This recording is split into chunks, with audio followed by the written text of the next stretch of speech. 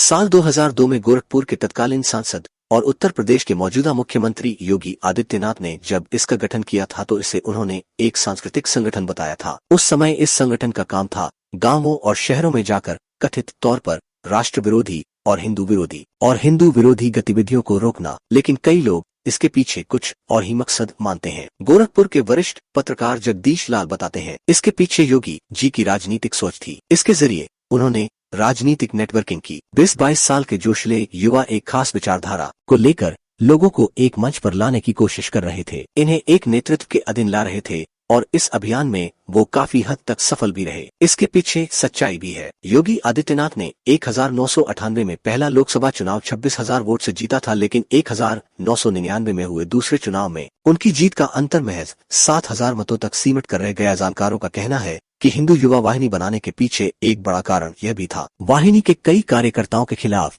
मुकदमे दर्ज हुए और कई जेल भी गए। खुद योगी आदित्यनाथ को 2007 में 11 दिनों तक जेल में रहना पड़ा। उनके साथ युवा वाहिनी के प्रदेश महामंत्री राम लक्ष्मण भी जेल में बंद थे। वो बताते हैं, 2007 में जब गोरखपुर में एक हिंदू व्यापारी की हत्या हुई थी तो उसका योगी जी के नेतृत्व में हम सब ने प्रतिरोध किया था, लेकिन तत्कालीन सरकार ने योगी जी समेत तमाम लोगों इस बड़े राजनीतिक प्रभाव का लाभ योगी आदित्यनाथ को भारतीय जनता पार्टी पर दबाव बनाने और अपनी अहमियत साबित करने में भी मिला। जानकारों का ये भी कहना है कि इसी साल 2017 के विधानसभा चुनाव में जब युवा वाहिनी के कार्यकर्ताओं ने बगावत की और अपने उम्मीदवार बीजेपी के खिलाफ उतार दिए, उसमें भी कहीं न कहीं योगी आदित्यनाथ की मौन सहमति थी। वरिष्ठ पत्रकार योगेश मिश्र कहते हैं, चुनाव के दौरान जिस तरह से योगी आदित्यनाथ को किनारे किया जा रहा था, उसे देखते हुए योगी के समर्थकों ने बीजेपी पर दबाव बनाया। दबाव कारगर भी हुआ। योगी के समर्थकों ने बीजेपी पर दबाव बनाया, दबाव कारगर भी हुआ। योगी के कई खास लोगों को न सिर्फ टिकट मिला बल्कि ये लगातार दबाव का ही नतीजा है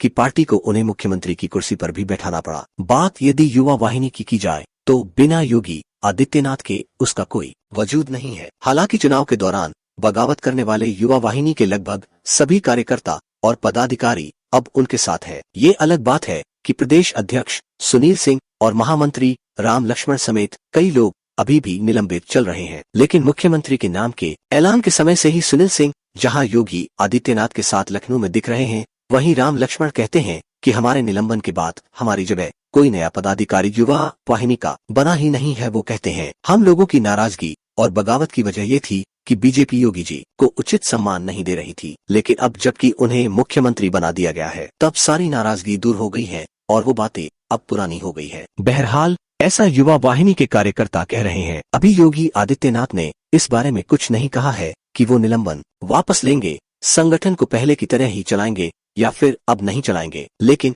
अब जबकि योगी आदित्यनाथ राज्य के मुख्यमंत्री बन गए हैं तो लोगों के जहन में दो सवाल आ रहे हैं, क्या उन्हें इस संगठन की अभी भी जरूरत है, और दूसरी, बड़ी संख्या में युवा वाहिनी के कार्यकर्ताओं के खिलाफ जो मुकदमे दर्ज है उन पर क्या कार्रवाई हो।